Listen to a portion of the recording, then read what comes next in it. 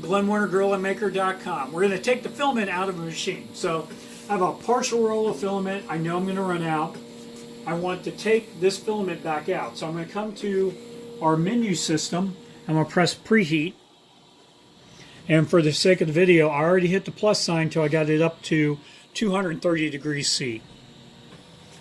Now that it's up 230 degrees C, I'm going to come up to this blue knob. I'm going to turn it clockwise because we want a little bit of filament to come out the bottom. I had a little pile on there. I just removed that. I'm going to turn that till you see more filament coming out. Then I'm going to turn it counterclockwise.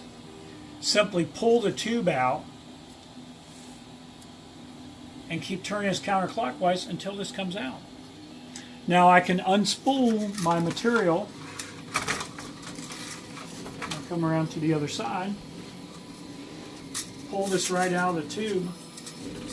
And I can get me a new spool of material, and I've changed a roll of filament on my machine.